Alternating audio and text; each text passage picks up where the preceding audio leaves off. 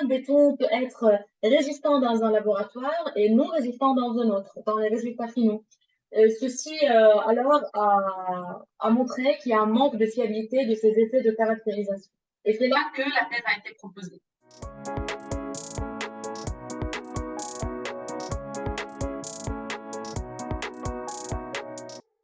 Bonjour à tous et bienvenue pour cet épisode de Parole de Thésard. Aujourd'hui, on va parler de gel et dégel avec Sarah Al-Haj-Sleman. Bonjour Sarah. Bonjour. Alors déjà, on va commencer par essayer de vous connaître un peu plus. Est-ce que vous pouvez nous décrire un petit peu votre parcours et comment vous en êtes venu à travailler déjà sur le béton? J'ai commencé mon parcours par une formation d'ingénieur en génie civil à la faculté de génie de l'université libanaise à Beyrouth, au Liban, mon pays natal. Ensuite, j'ai postulé à une formation de master recherche en génie civil proposée par l'École centrale de Nantes. Et c'est là que mon projet professionnel a commencé à se concrétiser. Ma passion pour le béton ne vient pas d'aujourd'hui. C'est en fait depuis que j'étais petite. Ma famille a une centrale de béton au Liban et depuis que j'étais toute petite, j'observais de loin et j'avais toujours cette soif de connaître plus ce matériau qui nous entoure partout. J'avais une passion pour le domaine de construction et de bâtiment que j'ai pu concrétiser dans mon projet professionnel. En fait, c'est un métier très challengeant et innovant et cela me plaisait et me plaît toujours. Vous êtes l'auteur de la thèse vers une évolution du protocole de qualification des bétons exposés au gel-dégel en présence des sels de déverglaçage. Apport de la modélisation multi-échelle conjointe à une analyse de la variabilité climatique. Alors c'est tout un programme et cette thèse, elle a été réalisée sous convention CIFRE associant le syndicat français de l'industrie cimentière à l'école centrale de Nantes. Les travaux de cette thèse ont été récompensés par le prix RSE délivré par la Fondation École française du béton en juillet 2021 et par le premier prix du concours Trophée Thèse 2022 organisé par la Fondation Excellence SMA. Félicitations à vous. Quant à cette thèse, comment vous en êtes venu à choisir ce sujet-là? En effet, mon sujet de stage de master portait sur la caractérisation de la dégradation de pâtes de ciment exposées au gel dégel. J'ai réalisé ce stage à l'École centrale de Nantes. Et suite au stage de master, mon directeur, encadrant de stage, m'avait proposé ce sujet de thèse. Une proposition que j'ai bien évidemment acceptée, surtout que le thème me plaisait et les premiers résultats obtenus dans le stage étaient vraiment très prometteurs, ce qui m'a encore motivée. De plus, il s'agissait d'un travail de recherche à des fins industrielles. Pour moi, ceci a été une raison de plus qui m'a motivée, car les besoins de ce travail sont très concrets et très définis. Parfait. Écoutez, dans cette thèse, on va s'y plonger. Déjà avec un petit peu de contexte, dans quel cadre et quand a été réalisée cette thèse? Cette thèse était en collaboration entre le laboratoire de génie civil et mécanique de Centrale Nantes avec le syndicat français de l'industrie cimentière, comme vous l'avez déjà précisé au début. Le syndicat français, anciennement appelé la TIL. Cette thèse a débuté en janvier 2019 pour une durée de 3 ans. Et cette thèse a été soutenue en mars 2022. Alors bon, on va refaire encore un petit peu de contexte, mais est-ce qu'on peut rappeler rapidement ce qu'est l'attaque du béton par le gel-dégel, comment il se caractérise et quelles en sont les conséquences? Oui, en effet, les infrastructures urbaines, notamment les autoroutes, les ponts et les barrages, situés dans des pays froids, ils souffrent de l'effet de l'action du gel en hiver ou en plus, on applique régulièrement des sels de déverglaçage pour dégivrer les surfaces.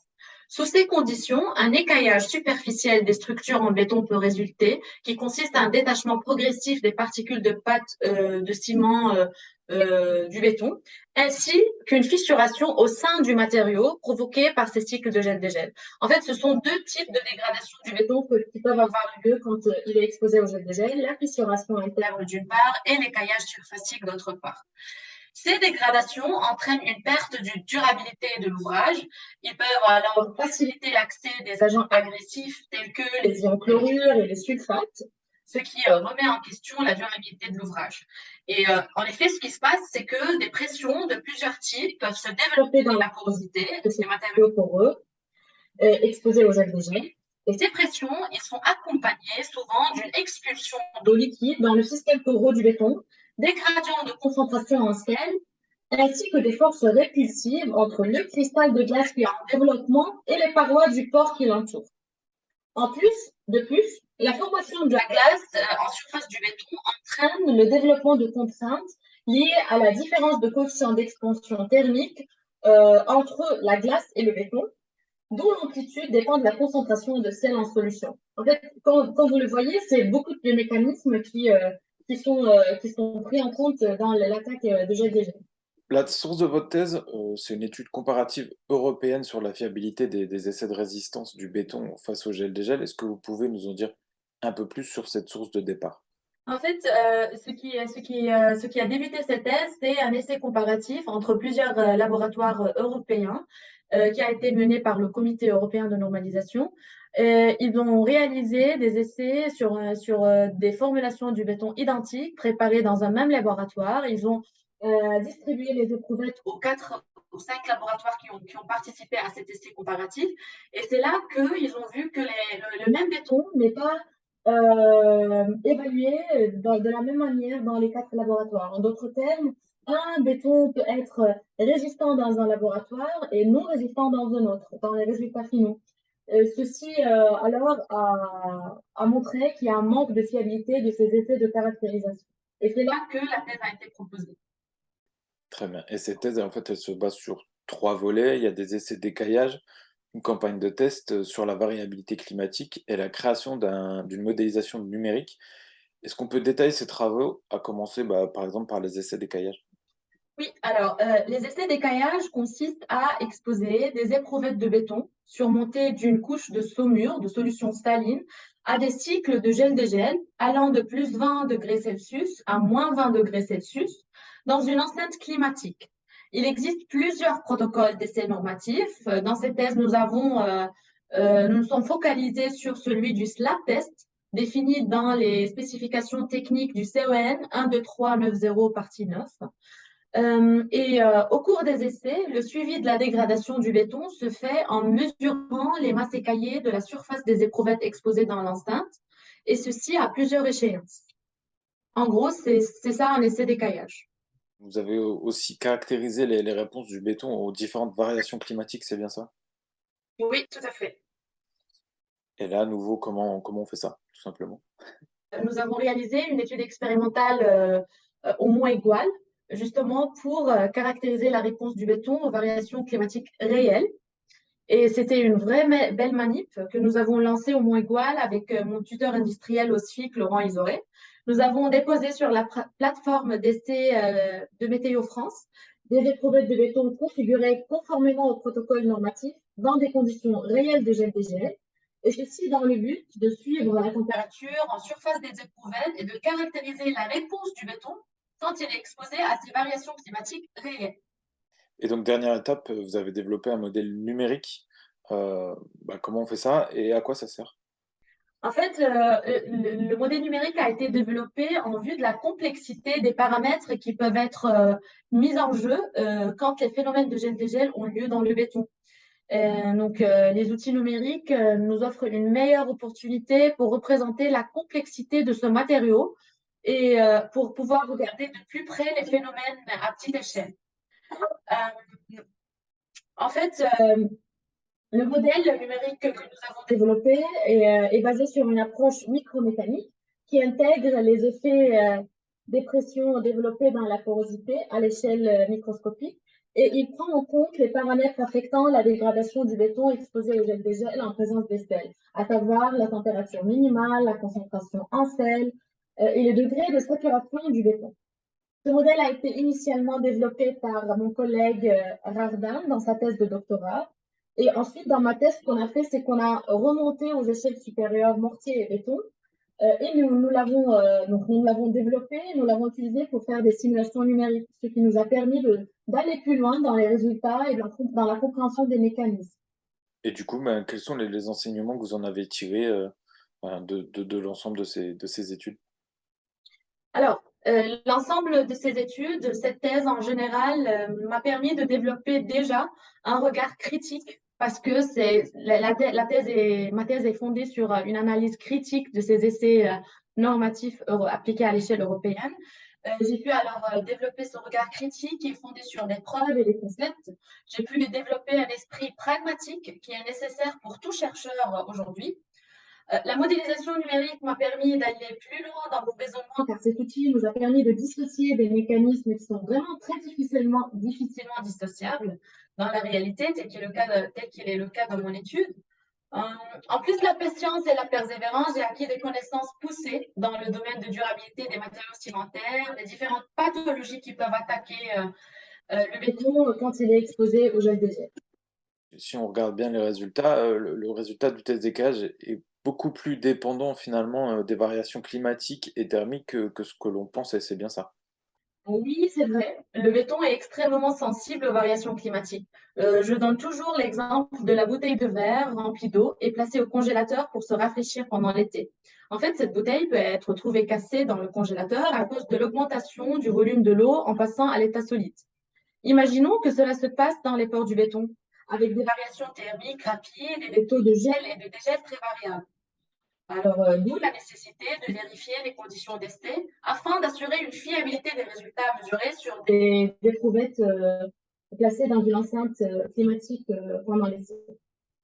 Si je comprends bien, le cycle, plus 20 degrés, moins 20 degrés, qui est actuellement utilisé, dans les essais normatifs d'écaillage, sont pas pertinents finalement? Alors, les mesures de température dans les saumures surmontant les éprouvettes testées au laboratoire, quand elles sont exposées à ce cycle de plus 20, moins 20, nous ont permis de constater que le même cycle n'est pas réellement atteint dans toutes les positions à l'intérieur de l'enceinte climatique, même si les mesures de température sont conformes aux recommandations définies par le SLAP test ou le protocole normatif. Les conditions de ces dispersions thermiques sur la dégradation du béton ont été mises en évidence par l'application de l'approche numérique multi-échelle, ce qui a remis en question la fiabilité de ces conditions de l'essai. De plus, un manque de représentativité du cycle thermique de plus 20 moins 20 appliqué dans le cadre d'essais normatifs actuels a été mis en évidence par la campagne d'analyse de variabilité climatique menée au Mont-Égual et d'autres pays à climat réputé sévère ou modéré. Nous avons constaté que dans ces pays, les cycles de gel dégel ne sont pas vraiment d'amplitude 40 degrés comme il est le cas du plus 20 moins 20 degrés Celsius, mais plutôt d'amplitude totale 15 à 20 degrés.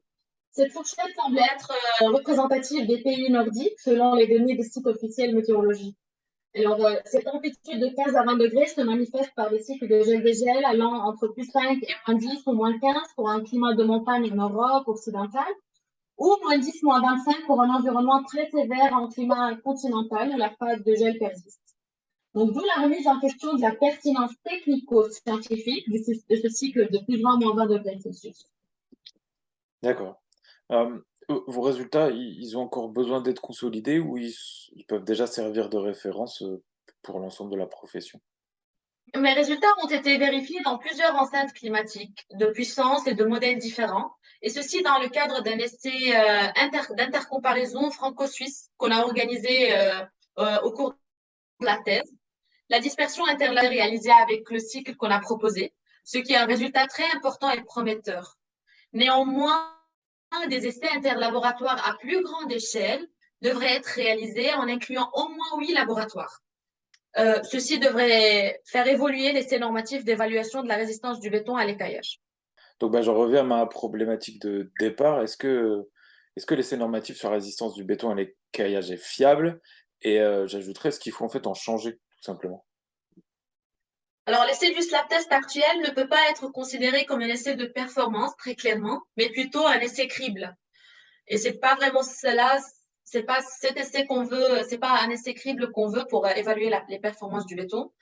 Nous avons conclu, d'après les travaux de cette thèse, que le cycle plus 20 moins 20 degrés est loin d'être représentatif des conditions réelles de gel-dégel, que le béton pourrait subir en conditions réelles, même dans un pays à climat sévère. L'analyse critique ainsi établie, l'apport essentiel de cette étude réside dans la proposition de ce nouveau cycle pertinent qu'on a proposé, qu'on a avancé à la base des conditions climatiques de gel-dégel observées dans des pays à climat modéré ou sévère. Il s'agit d'un cycle de plus 5 moins 15 degrés, comme cycle alternatif, caractérisé par une amplitude totale de 20 degrés Celsius au lieu de 40 degrés, et une vitesse de gel ne dépassant pas 2 degrés Celsius par heure. En fait, ces paramètres ont permis un fonctionnement optimal de l'enceinte climatique, et ceci se traduit par une distribution de température beaucoup plus homogène dans les différentes positions de l'enceinte, contrairement à ce qu'on avait avec le plus 20, moins 20 degrés Celsius. Donc voilà, on propose une évolution de cet essai avec le plus 20, moins 20 dans le cadre de cette thèse. Sarah, si on veut aller plus loin, est-ce que on peut retrouver le centre de vos résultats dans une publication? Mes 4 publications scientifiques sont disponibles sur mon profil ResearchGate. Il suffit de taper mon nom sur ResearchGate et on pourra avoir les articles scientifiques publiés dans le cadre de cette thèse. En plus de ça, ma thèse de doctorat sera bientôt disponible sur Internet. Donc, voici les deux pistes de publication qui pourraient être consultées. Ok. Et en termes de bibliographie ou de publication, est-ce qu'il y a des ouvrages ou des livres ou d'autres thèses à proposer qui vont encore plus loin sur ce sujet ou qui traitent de ce sujet-là? Alors, les thèses sur le gel des gels ne sont pas très nombreuses, mais parmi celles qui existent, je peux citer celles de Rardan, de Fabry, de Bouteille, de Zhang et de Giraudet. En termes de travaux, je peux recommander les travaux de Kaufmann, Pigeon, Marchand, Roning, Valenza et Scherer aussi, tout ça à l'échelle internationale. Il y a un livre qui est très très intéressant, qui m'a beaucoup servi dans le cadre de cette thèse et même au niveau d'enrichissement culturel sur le niveau des génies civils, dans le domaine de génie civil et béton. C'est le livre sur la durabilité des bétons. Euh, il apporte des bases scientifiques pour la formulation du béton durable dans leur environnement, dont celui du gel de gel. Très bien. Eh ben, écoutez, Sarah Lajesleman, merci pour cet échange et encore bravo pour votre trophée de thèse de l'année. Merci beaucoup Yann pour cette discussion. Nous, on se retrouve bientôt pour d'autres thèses. En attendant, suivez bien Béton Magazine sur les réseaux et sur notre site internet acpresse.fr. Et bien sûr, retrouvez le magazine dans vos boîtes aux lettres pour l'édition papier. Merci à tous.